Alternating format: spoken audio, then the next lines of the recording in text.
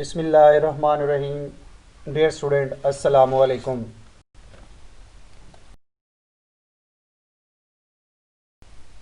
Subject internet architecture and protocol के साथ मोहम्मद इकबाल। हम इस लेक्चर में बात करेंगे ISDN, DSL और केबल मोडेम।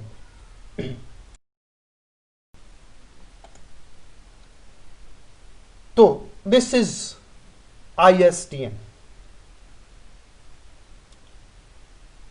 ISDN ये अगर हम बैक पे जाके देखें तो पीछे जो एनालॉग ट्रांसमिशन चल रही थी, जैसे ऑर्डिनरी चैनल्स को यूज करते हुए टेलीफोन के ऊपर ट्रांसमिशन चल रही थी, वो बहुत ज़्यादा स्पीडी नहीं थी। उसके अंदर एरर्स की पॉसिबिलिटी भी काफ़ी थी और उसमें काफ़ी सारी प्रॉब्लम्स आ रही थी।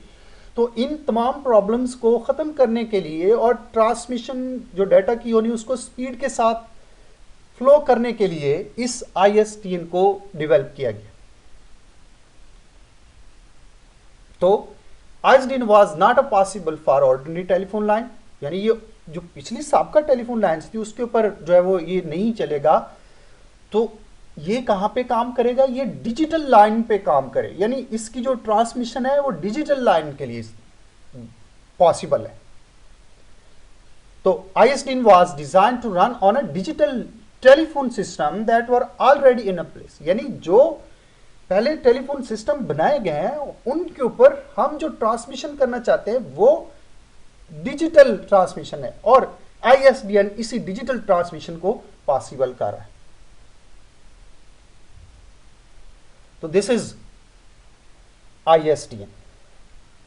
It means telecom digital voice network specification, यानी जो डिजिटल वॉइस, अब टेलीफोन जैसे मेनली तो बात करने के लिए हम वॉइस को ट्रांसमिट करना चाहते हैं, तो उसके लिए टेलीफोन लाइंस काम कर रही हैं, टेलीफोन कंपनीज जो है वो अपनी ट्रांसमिशन को चला रही हैं। तो अब ISDN इस वॉइस की जो ट्रांसमिशन है उसके लिए बनाया गया और उसका जो नेटवर्क है, यानी वॉइस जो नेटवर्क है उसकी जो स्पेसिफिकेशन है कि हम जब इस किसी नेटवर्क के ऊपर आवाज को वॉइस को ट्रांसमिट करें तो उसके लिए क्या रिक्वायरमेंट्स हैं, ये ISDN उसको पूरा करता है। और स्पेशली डिजिटल फॉर्म में जब वॉइस को आप ट्रांसमिट कर रहे हैं, भेज रहे हैं, तो इन तमाम रिक्वायरमेंट्स को ये ISDN पूरी कर रहा है। हाँ, इसमें ये बात है कि इसको डेवलप करने में काफी टाइम लगा और इसको स्टैंडर्डाइज्ड होने में काफी टाइम लगा। देन उसके बाद ये टेलीकम्युनिकेशन नेटवर्क्स पे डिप्लॉय किया गया। और ISDN जो है ये end to end digital transmission voice की, डाटा की और सिग्नलिंग के लिए ही end to end digital transmission के लिए इस्तेमाल। अब एंड टू एंड, जैसे एंड यूजर है, एक एंड यूजर डाटा अपलोड कर रहा है, दूसरा डाउनलोड कर रहा है। दिस इज द ISDN, ये इसका फायदा। दूसरा, the digital stream can carry any form of data from voice to fax and internet web pages of the data. अब ये डाटा को डिजिटल स्ट्रीम्स यानी 01 की फॉर्म में डिजिटली डाटा को लेके जाता है फैक्स की तरफ भी या इंटरनेट पेजेस की तरफ भी, डाटा को सेंड भी कर रहा है और इसी यूजर को दे भी रहा है। तो ये यानी तमाम ये जो डिवाइसेस है, कम्युनिकेटिंग डिवाइसेस है, उनके ऊपर भी डाटा को ट्रांसमिट कर रहा है और डिजिटल स्ट्रीम्स के साथ डाटा को ट्रांसमिट कर रहा है। इसके अलावा यहां इसके नॉइज है, डिस्टॉर्शन है, इकोज है, क्रॉस टॉक्स है, ये सारे के सारे ये प्रॉब्लम्स हैं, आपकी कम्युनिकेशन में प्रॉब्लम्स आ रही, ये सारे एलिमिनेटेड, यानी इनमें बहुत इनके एक्यूरेसी में कमी। This is the ISDN। इसके नेटवर्क आर्किटेक्चर पे बात कर, ISDN नेटवर्क आर्किटेक्चर, अगर इसके नेटवर्क पे देखें जहाँ पे ISDN को यूज किया जा रहा है, तो यहाँ कुछ हमारे सामने इस तरीके से इसका आर्किटेक्चर आएगा। आप देख रहे होंगे जैसे टेलीकॉम यानी टेलीकम्युनिकेशन यानी आपकी टेलीफोन लाइंस पे मोस्टली बात होती है, तो उस पे उसका जो नेटवर्क बन रहा है, यहाँ हमारे पास दो सेगमेंट्स हैं, या उसके एक राइट साइड पे एक लेफ्ट साइड पे, तो दोनों को कनेक्ट किया जा रहा है और उसके लिए लाइन टर्मिनेशंस को यूज़ किया जा रहा है। उसके बाद देन जो हमारी मेन फोकस है वो ISDN ब्रिज है। तो आप देख रहे हैं यहाँ पे टेलीफोन उसके साथ कनेक्टेड है, तो यहाँ पे हम टेलीफोन लाइंस की बात कर रहे हैं, यानी कंपनीज जो आपको चैनल दे रही हैं हम उसके ज़रिए से इस ISDN ब्रिज के साथ कनेक्टेड है। हमारा जो नेटवर्क है, जैसे आप नीचे देख रहे हैं, थ्री पीसीज हैं और हब के साथ कनेक्ट, ये हमारा नेटवर्क है, तो उसका कनेक्शन ISDN के साथ, यानी हम ISDN ब्रिज को यूज करते हुए हम कम्युनिकेशन कर रहे हैं। अप स्ट्रीमिंग डाउन स्ट्रीमिंग जितना भी हम काम कर रहे हैं, ये इसको यूज करते हुए हम इसको कर रहे हैं, और यहाँ पे हमारा ISDN काम कर रहा है। अब इसमें एक चीज़ देखने की ये है कि हमारे चूंकि कंप्यूटर मोस्टली हमारे डिजिटल फंक्शनलिटीज के साथ, यानी वो डिजिटली ऑपरेशंस करते हैं, तो यहाँ पे जो ISDN है ये उसके साथ सपोर्टेड है, यानी हमारे जो ट्रांसमिशन है वो डिजिटली ट्रांसमिशन होती रहे। This is the network architecture of ISDN। तो यहां इसकी जो है each having capacity of 64 kbps, और इसमें 1D सिग्नलाइजेशन चैनल काम कर रहा है, और दूसरा यूरोप में 30B डाटा चैनल्स काम कर रहे हैं, उसकी कैपेसिटी भी 64 kbps है, और इसमें भी 1D सिग्नलाइजेशन चैनल काम कर रहे हैं। तो ये दो तरह के कनेक्शंस हैं जो ISDN के काम करते हैं।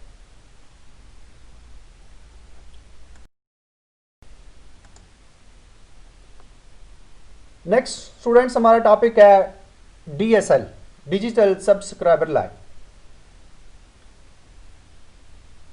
जैसे स्टूडेंट्स नाम से भी जाहिर हो रहा है, डिजिटल सब्सक्राइबर लाइन, यानी डाटा को हम डिजिटली ट्रांसमिट करना चाहते हैं, तो फिर हमारे पास ये डिजिटल सब्सक्राइबर लाइन होनी चाहिए, यानी DSL होना चाहिए, जो डिजिटल ट्रांसमिशन को सपोर्ट करे।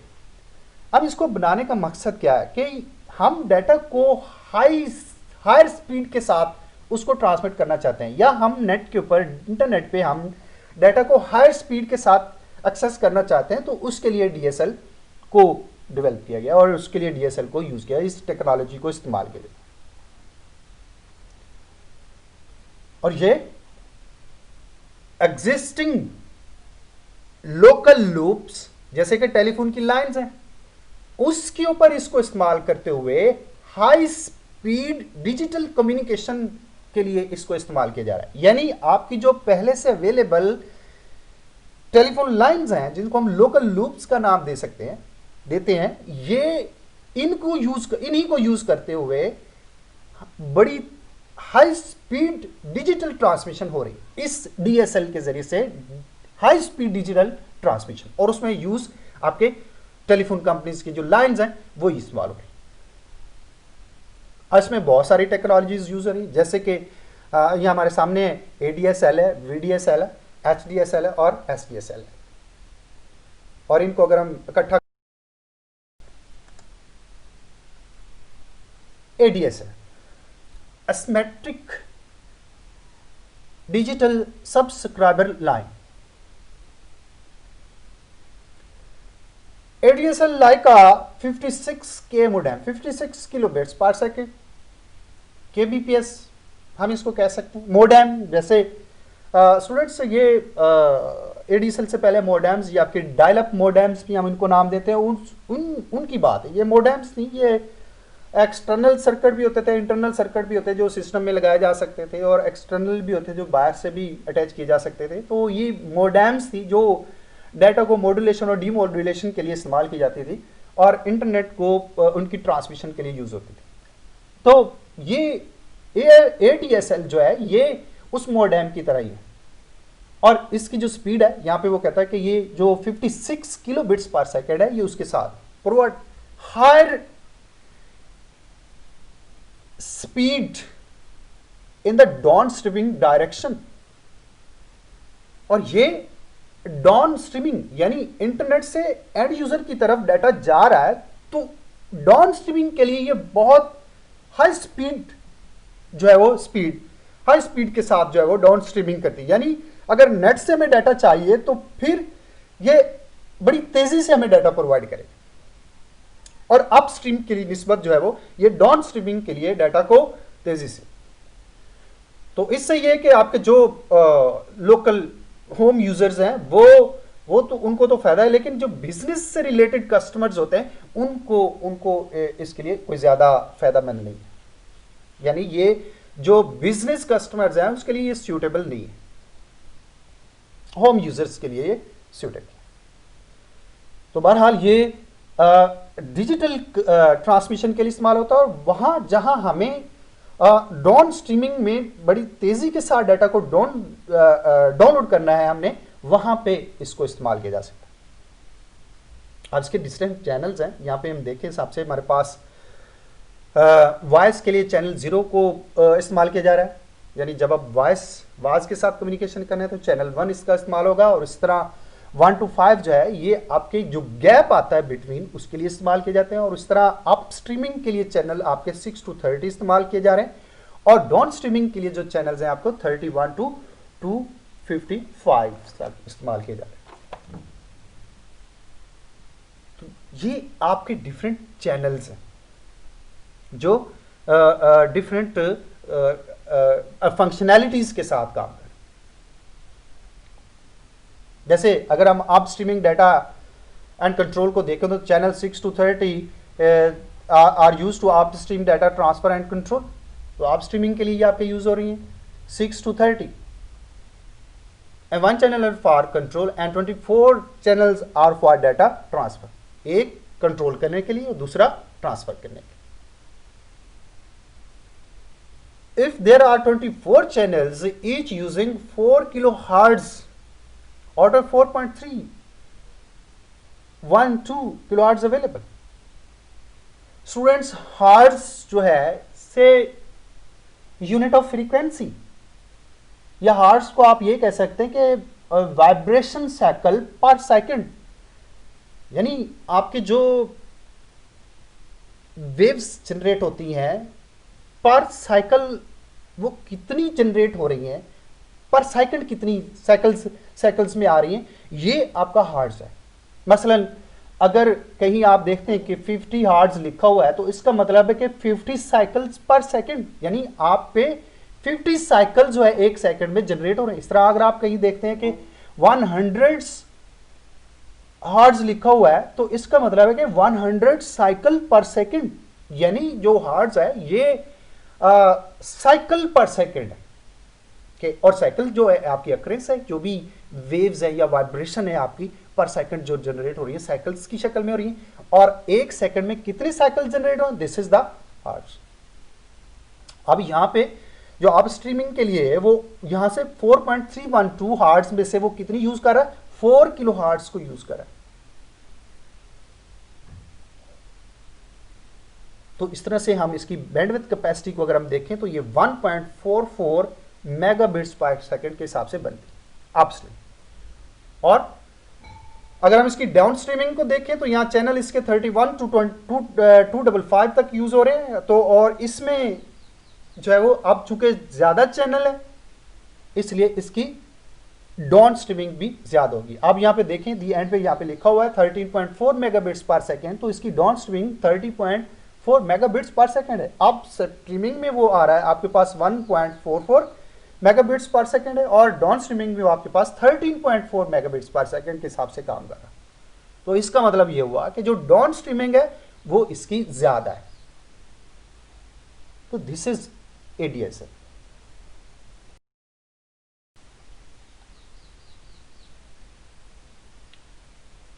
DSL टेक्नोलॉजी स्टूडेंट्स, इसके अलावा भी इसकी टेक्नोलॉजीज हैं, ये हमारे सामने है, हम इस पे बात करके देखते हैं। हर एक अपनी करैक्टरिस्टिक्स के साथ, फंक्शनैलिटीज के साथ, अपनी ट्रांसमिशन रेट्स के साथ काम कर रहा है। तो यहाँ देखते हैं, सबसे पहले हमारे पास सिमेट्रिक डिजिटल सबक्रिप्टेड लाइन है SDSL is design for this two types of for this type of businesses. जैसे हमने पीछे देखा जो एसिमेट्रिक है ये सिर्फ डाउन स्ट्रीमिंग में तेजी से ट्रांसमिशन दे रही है, जबकि आप स्ट्रीमिंग के लिए नहीं है। तो इसमें जो बिजनेस रिलेटेड कस्टमर्स हैं उनको फायदा नहीं हो रहा था। तो बिजनेस कस्टमर्स को फायदा देने के लिए इस सिमेट्रिक डिजिटल सब्सक्राइबर लाइन को डेवलप किया। और इसमें यह कि आपकी जो बैंडविड्थ है उसको इक्वली डिवाइड कर दिया गया, यानी अप स्ट्रीमिंग और डाउन स्ट्रीमिंग की जो काम है ये इक्वल बैंडविड्थ के साथ हो रहा है। तो दिस इज SDSL। और इस तरह high bit rate digital subscriber HDSL was design and alternative to T line. T line students ये भी एक टेलीकम्युनिकेशन सर्विस है और इसमें भी टेलीकम्युनिकेशन में ये यूज़ होती है और इसकी जो स्पीड है वो 1.544 मेगाबिट्स पर सेकंड के हिसाब से काम कर रही है। और ये जो है ये भी टेलीकम्युनिकेशन लाइन में इसको इस्तेमाल किया जा रहा है। तो अब जो HDSL है ये इसको इस T1 लाइन के अल्टरनेटिव के तौर पे यूज किया जा रहा है।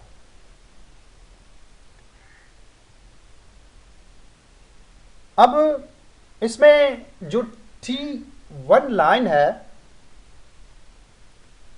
इसका प्रॉब्लम ये है कि जब डाटा को ट्रांसमिट किया जाता है तो जब डाटा हाई फ्रीक्वेंसी के साथ डाटा को ट्रांसमिट किया जाता है तो वहां पे डाटा में प्रॉब्लम्स, उसमें लॉस डाटा का ऐसे मसाइल आते हैं। तो इन चीज़ों को, इन प्रॉब्लम्स को ख़त्म करने के लिए इस HDSL को डेवलप किया गया, यानी आप T1 लाइन में जो प्रॉब्लम आ रही है उनको ख़त्म करने के लिए इस HDSL को यूज़ किया जा रहा है। Very high bit rate digital subscriber line. अब ये इसको आप ADSL की अल्टरनेट के तौर पे यूज किया जा सकता और इसमें coaxial cable, fibre optic cable, twisted pair cable को यूज किया जाए। और ये शॉर्टर डिस्टेंस के लिए जैसे 300 टू 1800 माइल्स तक। और इसमें जैसे हमने DSL में देखा, जैसे ट्विस्टेड पेयर है, ये ADSL में ट्विस्टेड पेयर को यूज किया जा रहा है। यहां पे आपकी कोएक्सियल केबल, फाइबर पेयर या ट्विस्टेड पेयर, इन तीनों में से किसी को भी यूज किया जा सकता है। तो स्टूडेंट्स ये DSL की टेक्नोलॉजीज हैं जो डिफरेंट फॉर्म्स में और डिफरेंट कैरेक्टरिस्टिक्स के साथ काम कर रहे हैं। लास्ट टॉपिक है students cable modem. Cable modem, अब जैसे जैसे ट्रांसमिशन बढ़ती जा रही है, नेटवर्क डेवलप हुआ, डाटा की ट्रांसमिशन बढ़ी, तो केबल कंपनी भी जो है वो मैदान में आई। उन्होंने भी compete करना शुरू कर दिया, टेलीफोन लाइंस को, कंपनीज को स्पेशली उन्होंने compete करना शुरू कर दिया। और जो कस्टमर्स है वहां तक उन्होंने इंटरनेट को स्पेशली बड़ी तेज रफ्तारी के साथ प्रोवाइड करना शुरू कर। तो उसके लिए ये केबल मोडेम को यूज किया गया।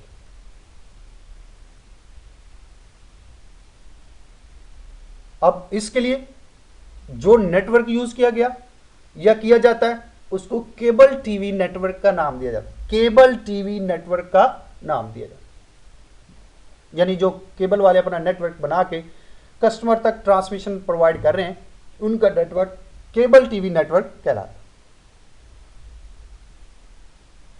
अब ये केबल टीवी नेटवर्क जो है इसने डिस्ट्रीब्यूट किया ब्रॉडकास्ट वीडियो सिग्नल्स को, इसने डिस्ट्रीब्यूट किया, यानी इसने वीडियो सिग्नल्स को ट्रांसमिट किया, डिस्ट्रीब्यूट किया, आगे कस्टमर्स तक पहुंचाया। और इसी चीज को कम्युनिटी एंटीना टीवी का नाम दिया गया। कम्युनिटी एंटीना टीवी का नाम दिया, क्योंकि एंटीना, इसके सिग्नल्स को रिसीव करने के लिए एंटीना चाहिए जो एक काफ़ी ऊंची जगह पे होना चाहिए और उसके सिग्नल्स को रिसीव करता है और देन आगे डिस्ट्रीब्यूट करता है। और इसमें जो मीडिया यूज किया जाता है वो coaxial cable, mostly coaxial cable को यूज किया जाता है। अब जहां ये केबल टीवी है और जो उसका ऑफिस है उसको हेड एंड का नाम दिया जाता है और ये हेड एंड सिग्नल्स को रिसीव करता है ब्रॉडकास्टिंग स्टेशन से और देन आगे उसको कोएक्सियल केबल के अंदर ट्रांसमिट कर देता है। यानी ये हेड एंड जो है, जो टीवी ऑफिस है, ये सिग्नल को रिसीव करता है और आगे कोएक्सियल केबल में उसको ट्रांसमिट कर देता है।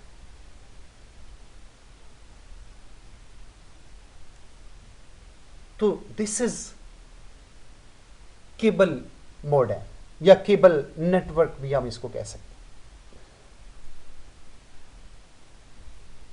और ये जो आपकी ट्रांसमिशन काम करे, ये आपकी यूनिडायरेक्शनल है, और इसमें एम्पलीफायर्स को यूज किया जाए। जब भी कहीं अटेन्युएशन आती है, कहीं वीकनेस आती है सिग्नल्स की ट्रांसमिशन में, वहां पे एम्पलीफायर्स को यूज कर देता है। और इसको यूनिडायरेक्शनल यानी एक ही सिमत से आपकी डाटा की ट्रांसमिशन हो रही है।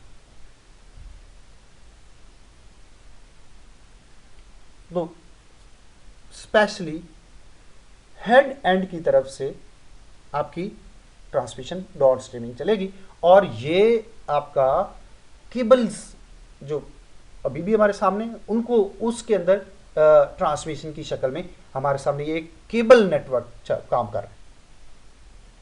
तो दिस इज केबल मोड है।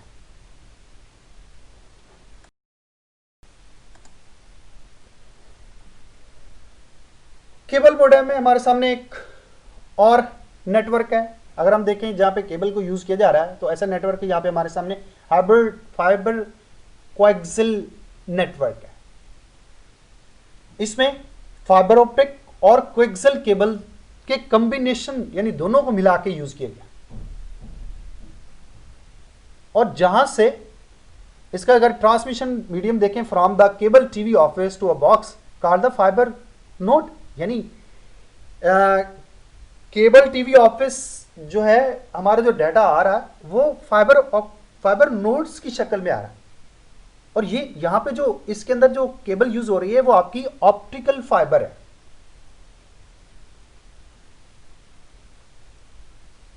और इसमें कोएक्सियल केबल को भी यूज किया रहा है। और इसको इस नेटवर्क को HFC नेटवर्क को यूज करने का जो मकसद है वो ये है कि जो ट्रांसमिशन है इस केबल नेटवर्क की वो बी डायरेक्शनल होनी चाहिए, यानी टू वे, दोनों साइड से डाटा की जो ट्रैफिक है वो चलती रहनी चाहिए।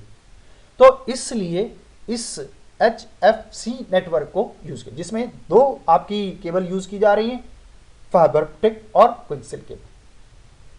और ये इनका कॉम्बिनेशन सिर्फ इसलिए है कि बी डायरेक्शनल बाई डायरेक्शनल जो है वो हमारी कम्युनिकेशन चलती रहे। स्टूडेंट्स, आज के लिए इतना ही। आज के इस लेक्चर में हमने डिस्कस किया ISDN, DSL और केबल नेटवर्क। इससे रिलेटेड कोई क्वेश्चन है, कांटेक्ट करें।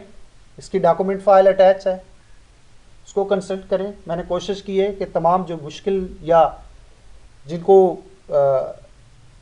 जिन ऐसे लफ्ज़ जो आपको समझाना इंपॉर्टेंट है उनको मैंने डिफ़ाइन किया हुआ है अलहदा से। आप उसको रीड आउट करें, फिर भी कोई समझ ना आए तो मुझसे रब्ता करें। अल्लाह हाफिज़, अपना ख्याल।